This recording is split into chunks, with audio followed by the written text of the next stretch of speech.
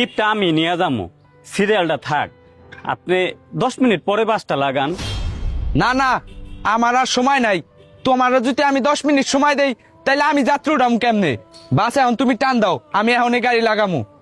দেখেন ভাই, একটা টিপও মারতে পারি নাই, আর টিপ না মারলে সুপারভাইজারে টাকা দিব কই থেকে? আর টাকা না দিলে রোড খরচ, রোড বিল এইগুলা কই থেকে দিব? তাছাড়া দুপুর অন্তরে কিছু খাই নাই, ভাবছি একটা টিপ দিয়া পরে কিছু খামো। আপনি 10টা মিনিট পর লাগান বাস।